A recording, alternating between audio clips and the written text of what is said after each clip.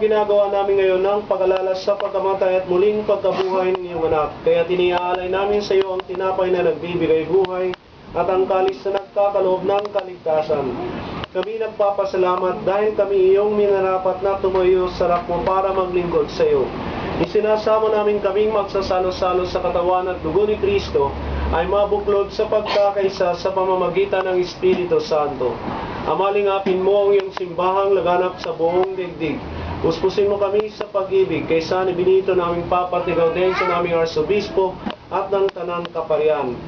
Alalahanin mo si Mark Romel na tinawag mo mula sa daigdig na ito. Nung siya binyagan siya na kaysa ni Kristo sa pagkamatay, ngayon siya pumanaw na naway makaysa ni Kristo sa pagkabuhay. Alalahanin mo rin ang mga kapatid naming nahimlay na may pag-asang sila muling mabubuhay. Gayun din ang lahat ng mga pumanaw, kaawaan mo sila at patuloyin sa iyong kaliwanagan.